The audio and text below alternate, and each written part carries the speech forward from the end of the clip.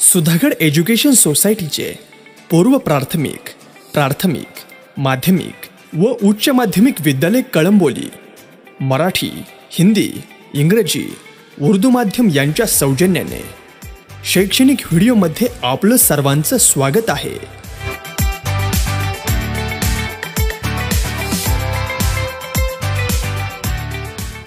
नमस्कार विद्यार्थी मित्रांनो, ऑनलाईन लेक्चरमध्ये तुमचं स्वागत आहे। आज आपण इयत्ता 12वी नवीन अभ्यासक्रमामध्ये अर्थशास्त्र या विषयाची माहिती बघतो। आता नवीन अभ्यासक्रमामध्ये यावर्षी पाठ्यपुस्तक मंडळाने 10 प्रकरण या ठिकाणी केले। त्यामध्ये पहिलं प्रकरण आहे सूक्ष्म अर्थशास्त्र आणि स्थूल अर्थशास्त्राचा परिचय। हे पहिलं प्रकरण आहे। या प्रकरणामध्ये आपल्याला या दोन्ही शास्त्राची माहिती बघायची। त्याचप्रमाणे जे दुसरं प्रकरण आहे त्याचं नाव आहे उपयोगिता विश्लेषण। या प्रकरणामध्ये आपल्याला उपयोगितेची व्याख्या आहे, उपयोगितेचे प्रकार आहे, उपयोगितेची वैशिष्ट्ये आणि एक 8 मार्काचा याच्यामध्ये एक सिद्धांत आहे। त्या सिद्धांताचा पण आपल्याला या ठिकाणी विचार करायचा आहे। त्याचबरोबर तिसरं प्रकरण आहे। तिसऱ्या प्रकरणामध्ये अ आणि ब असे 2 भाग आहे। पहिल्या भागामध्ये आहे मागणीचं विश्लेषण।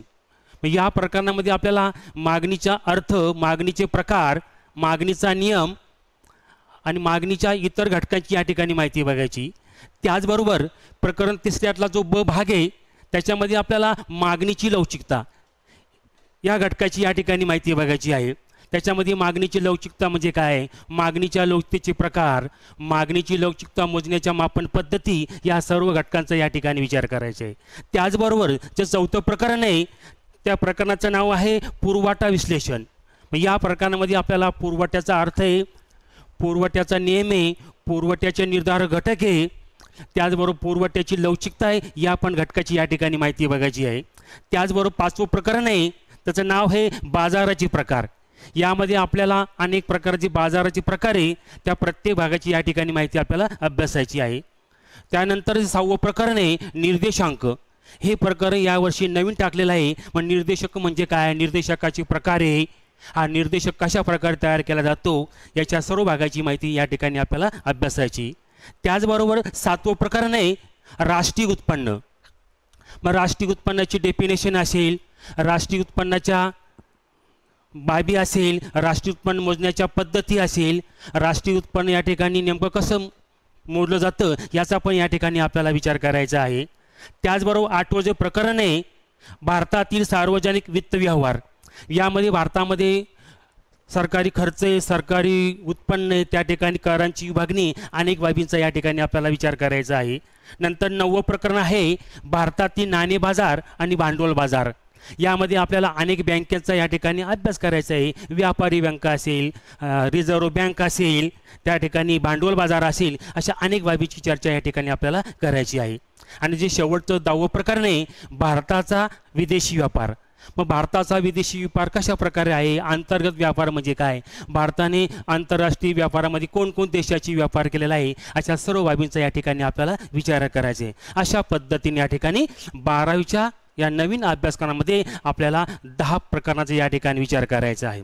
मग या ठिकाणी जे पहिलं प्रकरण आहे त्या पहिल्या प्रकरणाला आपण सुरुवात करत असताना सुरुवातीला आपल्याला अर्थशास्त्राची व्याख्या या ठिकाणी अवगत पाहिजे, कारण अर्थशास्त्राची व्याख्या ही आपण 11वीला या ठिकाणी अभ्यासलेली आहे।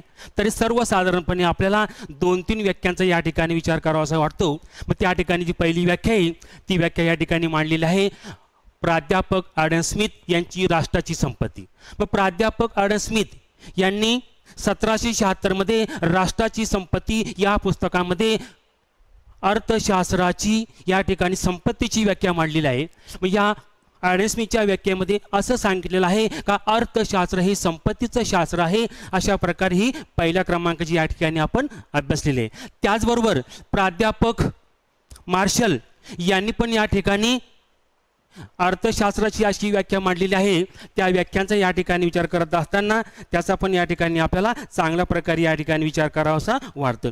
मग प्राध्यापक मार्शल यांनी अर्थशास्त्राची मूळ तत्वे या नावाचं पुस्तक 1890 मध्ये प्रकाशित केले आणि या पुस्तकामध्ये प्राध्यापक मार्शल यांनी अर्थशास्त्राची जी व्याख्या मांडली आहे ती व्याख्या या ठिकाणी कल्याणकारी व्याख्या असे या ठिकाणी मांडलं जातं. म्हणून प्राध्यापक मार्शल म्हणतात अर्थशास्त्र हे मानवी कल्याणाचा अभ्यास करणारं शास्त्र आहे. यावरून आपल्याला अर्थशास्त्राची कशा प्रकारे या ठिकाणी प्रक्रिया आहे, अर्थशास्त्र ही कशा प्रकारे अभ्यास करतं हे या ठिकाणी आपल्याला आकडेच्या पुस्तकामध्ये मागच्या वर्षी या ठिकाणी अभ्यासलेलं आहे. तर आता या ठिकाणी आपल्याला इयत्ता 12वी मध्ये जे पहिलं प्रकरण आहे, पुढे या ठिकाणी पहिलं पेज, हां पहिलं पेज,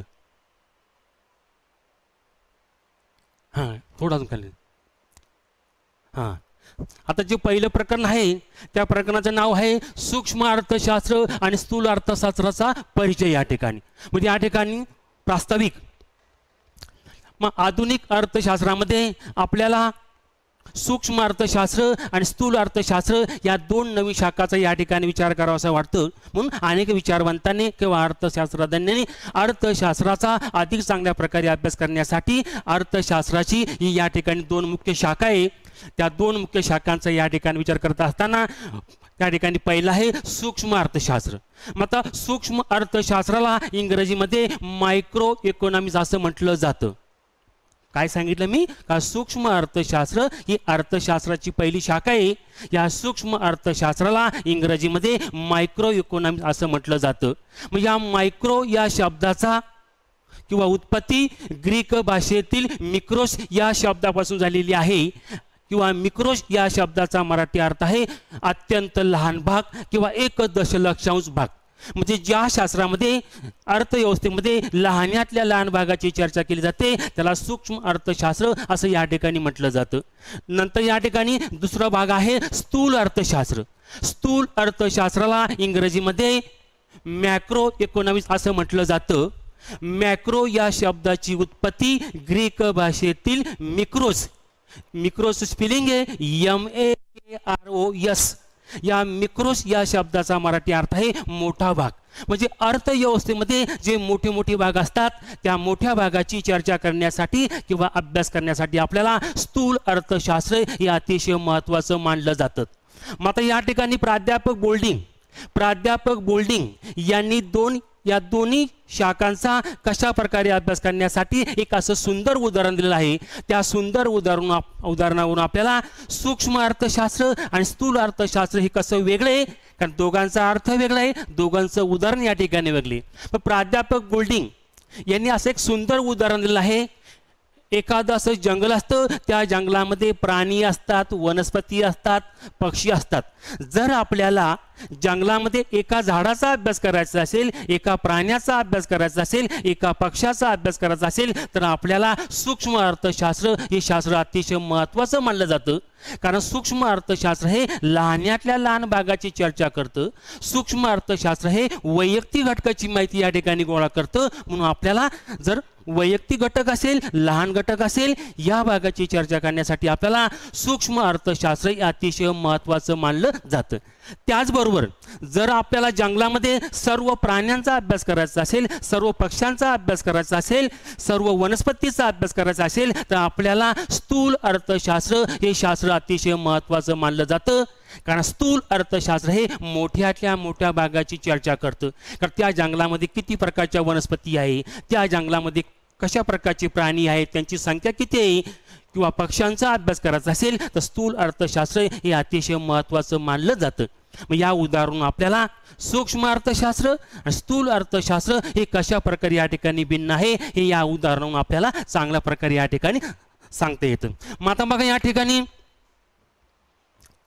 1933 मध्ये ओस्लो विद्यापीठातील नॉर्वेजियन अर्थशास्त्रज्ञ रॅग्नर फिश यांनी या दोन्ही शब्दाचा सर्वात प्रथम या ठिकाणी वापर केलेला आहे.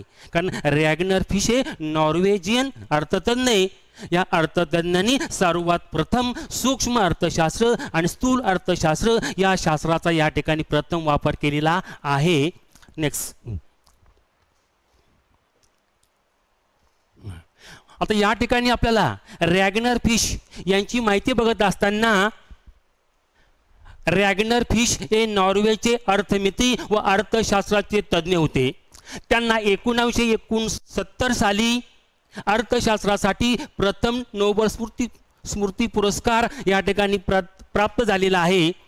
त्याचबरोबर अर्थमित्री शास्त्रामध्ये गणिती प्रारूपी असेल, संख्याशास्त्राचे तंत्र असेल, यांचा वापर हे चांगल्या पद्धतीने या ठिकाणी करता येतो। म्हणून प्राध्यापक रॅग्नर फिश यांनी या ठिकाणी चांगल्या प्रकारची या ठिकाणी माहिती विश्लेषण केलं आहे।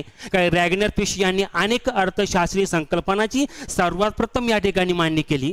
त्यांच्या व्यापार चक्रावरील लेखांमध्ये सर्वप्रथम वैयक्तिक उद्योग व अभ्यासाला या ठिकाणी सूक्ष्म अर्थशास्त्र हे अतिशय या ठिकाणी महत्त्वाचं मानलेलं आहे। अशा पद्धतीने आपण रॅग्नर फिश हे नॉर्वेजियन अर्थतज्ञ होते। त्यांना या ठिकाणी 1969 मध्ये प्रथम नोबल स्मृती पुरस्कार हा देण्यात आलेला आहे। त्याचप्रमाणे या ठिकाणी अर्थमिती हे शास्त्राचे जनक आहे। त्यांनी या ठिकाणी चांगल्या प्रकारचे या ठिकाणी कार्य केलेलं आहे, हे या ठिकाणी त्यांच्या ह्याच्यामध्ये आपल्याला दिसून येतो। नेक्स्ट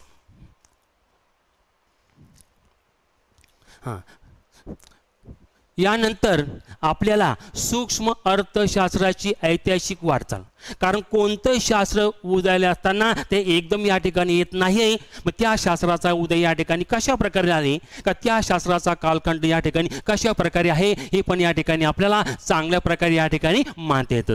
मग या ठिकाणी सूक्ष्म अर्थशास्त्राचं विश्लेषण आहे, या ठिकाणी जो दृष्टिकोन आहे त्या विश्लेषणाचा प्रारंभ सनातनवादी अर्थशास्त्रात। मग त्या ठिकाणी आपल्याला प्राध्यापक ॲडम स्मिथ असेल, प्राध्यापक रिकार्डो असेल, प्राध्यापक जेसमिल असेल, या सर्व अर्थतज्ञांनी या ठिकाणी या शास्त्राची वाटचाल कशा प्रकारे आहे हे या ठिकाणी सांगण्याचा प्रयत्न केलेला आहे।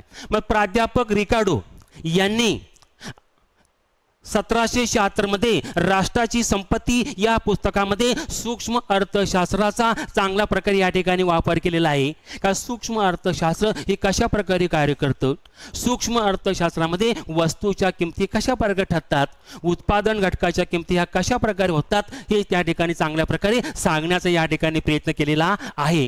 त्याचबरोबर नवसनातनवादी अर्थशास्त्रज्ञ प्राध्यापक मार्शल यांनी सुद्धा सूक्ष्म लक्ष आर्थिक विश्लेषणाचा या ठिकाणी चांगल्या प्रकारे या ठिकाणी लोकप्रिय केलेला आहे। कारण प्राध्यापक मार्शल यांचा अर्थशास्त्राची मूलतत्वे हा ग्रंथ 1890 मध्ये प्रकाशित झाला आणि त्याच्यामध्ये त्यांनी या ठिकाणी सूक्ष्म अर्थशास्त्राचा चांगल्या प्रकारे या ठिकाणी अभ्यास करून ही संकल्पना लोकप्रिय या ठिकाणी करण्याचा प्रयत्न केला। त्याचबरोबर प्राध्यापक पिगू असेल, प्राध्यापक हिग्स असेल, प्राध्यापक सॅम्युएल्सन असेल, श्रीमती जोन रॉबिन्स असेल इत्यादी अर्थतज्ञांनी सुद्धा सूक्ष्म अर्थशास्त्राच्या विकासाला मोलाचं या ठिकाणी योगदान दिलं आहे।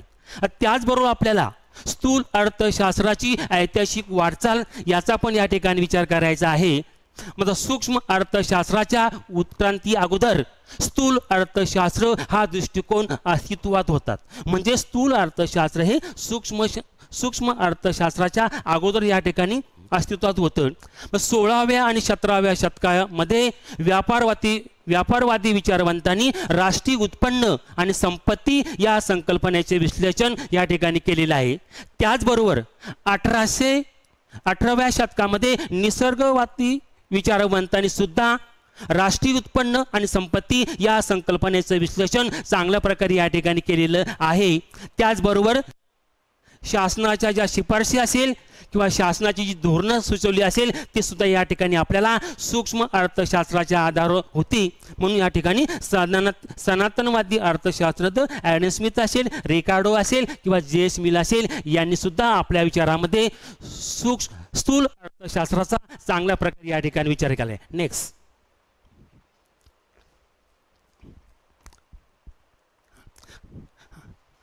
यानंतर बघा सूक्ष्म अर्थशास्त्राच्या व्याख्या। सर्वसाधारणपणे आपल्याला सूक्ष्म अर्थशास्त्र म्हणजे काय त्याला या ठिकाणी इंग्रजीमध्ये मायक्रो इकॉनॉमिक्स असं म्हटलं जातं। त्या शब्दाची उत्पत्ती ग्रीक भाषेतील मिक्रोसपासून तयार होते।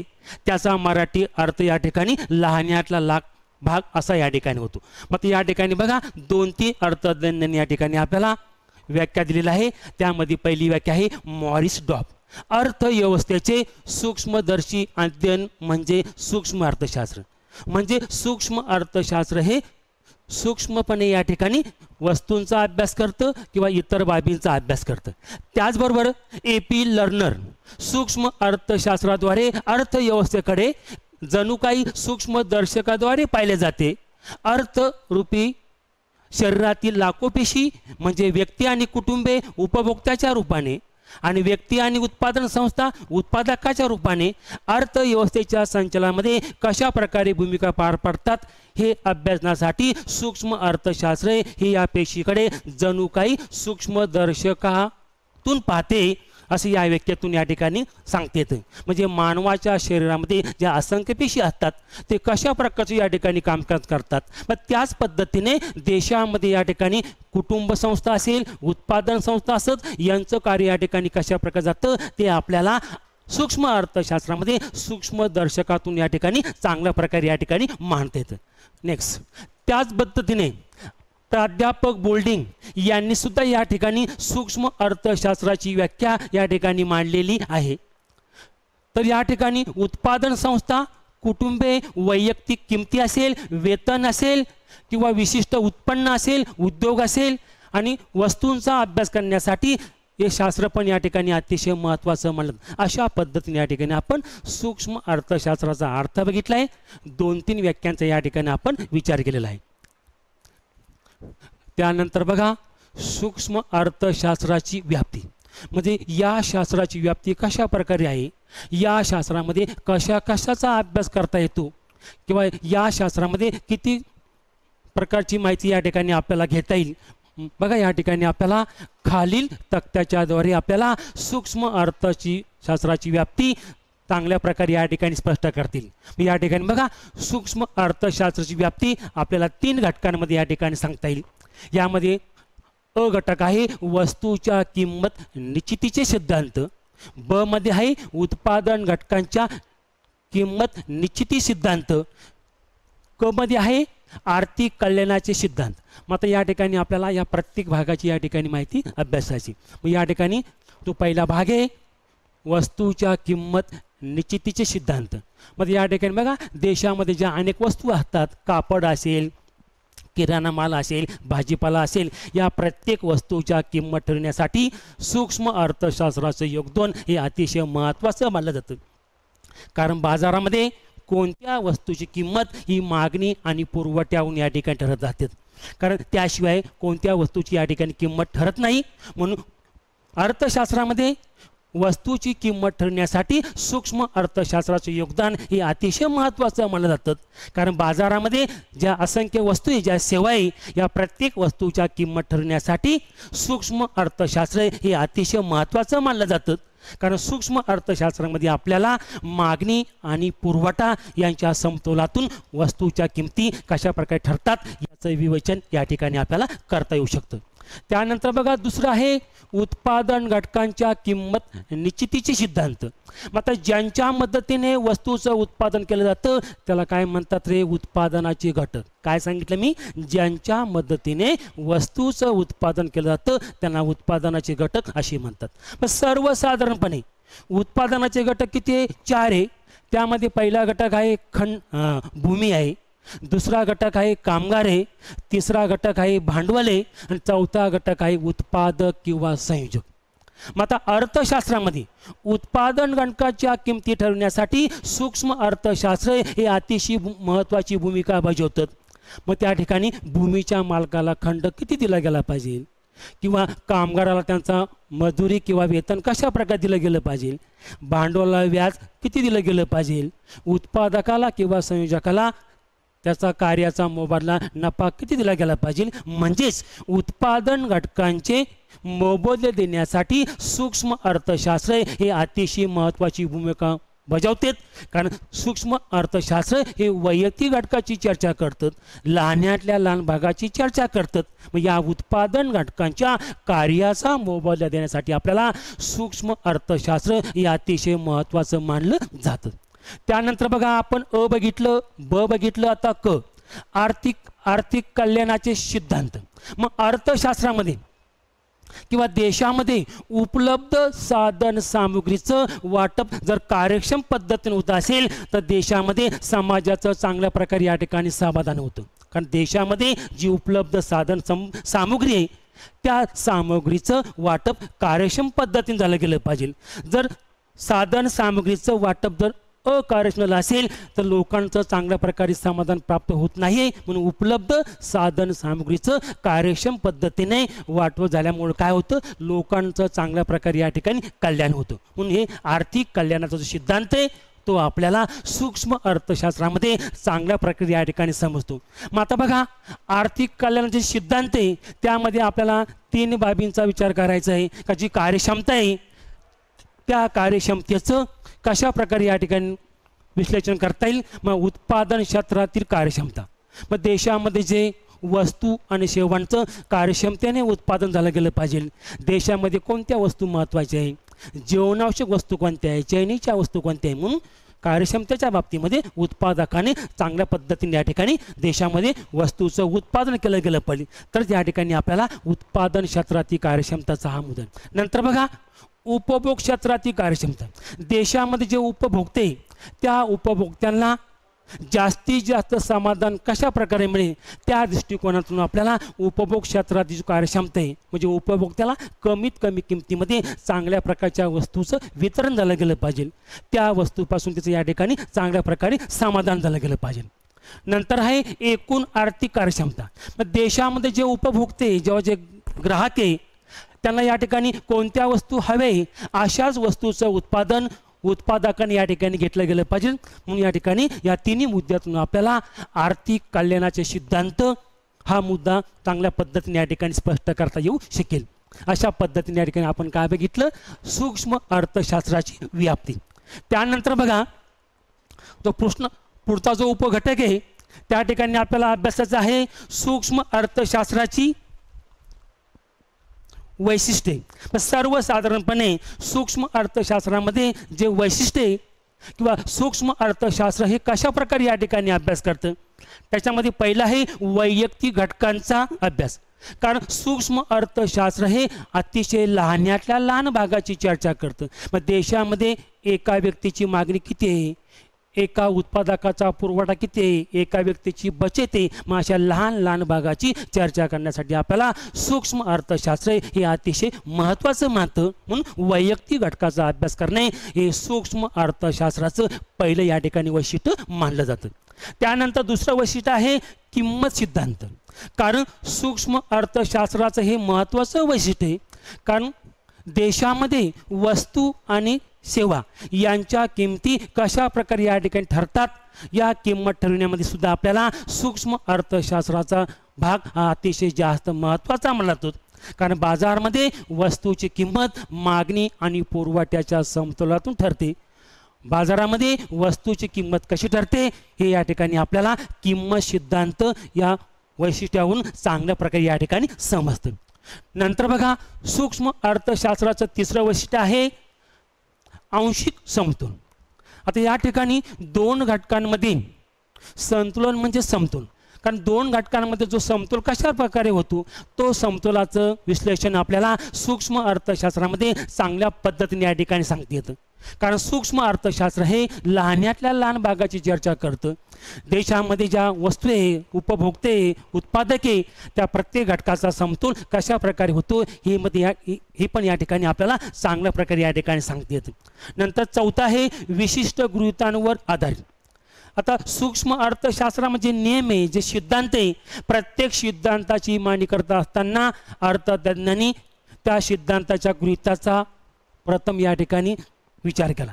कारण सिद्धांत मांडत असताना त्या सिद्धांताचे कोणत्या प्रकारची गृहीते मांडल्याशिवाय सिद्धांताची या ठिकाणी मांडणी करत आहेत. मग त्या ठिकाणी पूर्ण स्पर्धा असेल किंवा या ठिकाणी शुद्ध भांडवलशाही असते, सरकारचा निरास्ताचं स्वरूप असेल. मग असे जे गृहीते त्या गृहीतांचा विचार करून या ठिकाणी सिद्धांताची मांडणी करतात. म्हणून सिद्धांत मांडत असताना इतर परिस्थिती कायम आहे अशी वाक्यरचना करून या ठिकाणी आपल्याला मागणीचा नियम मांडता येतो, पुरवठ्याचा नियम मांडता येतो किंवा घटक सिद्धांत मांडता येतो. म्हणून गृहीताचा विचार केल्याशिवाय कोणत्या नियमाची या ठिकाणी आपल्याला विचार करता येईल.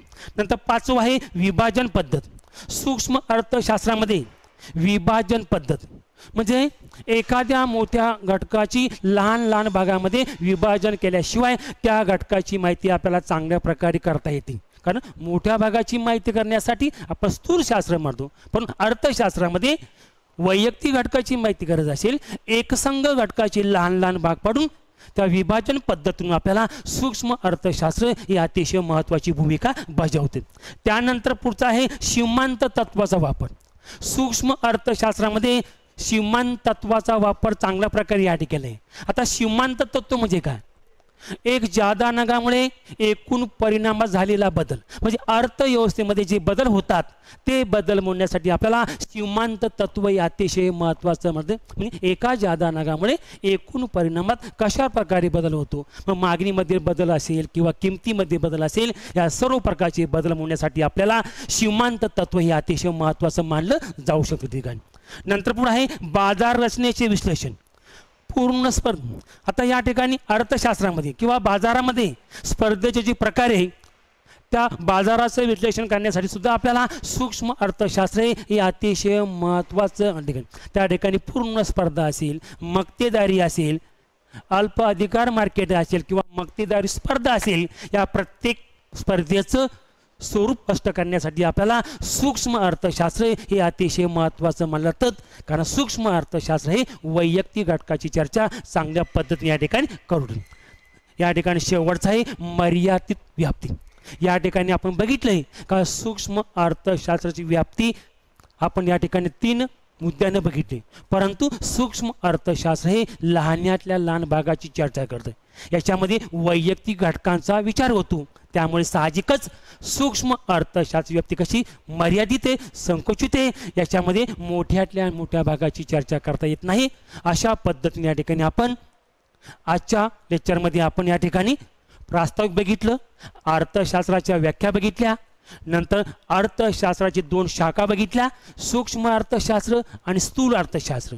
त्यानंतर आपण या ठिकाणी सूक्ष्म अर्थशास्त्राची ऐतिहासिक वाटचाल बघितली, स्थूल अर्थशास्त्राची ऐतिहासिक वाट बघितली. त्यानंतर आपण सूक्ष्म अर्थशास्त्राच्या 3 अर्थतज्ञांच्या व्याख्या बघितल्या.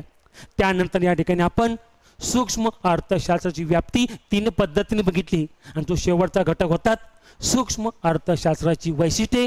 याच्यामध्ये सुद्धा आपण जवळजवळ आपण 9 मुद्द्यांचा या ठिकाणी विचार केलेला आहे. अशा प्रकारे या ठिकाणी पहिल्या प्रकरणामध्ये आपण सूक्ष्म अर्थशास्त्र याचा अभ्यास चांगल्या पद्धतीने या ठिकाणी करण्याचा प्रयत्न केलेला आहे. धन्यवाद.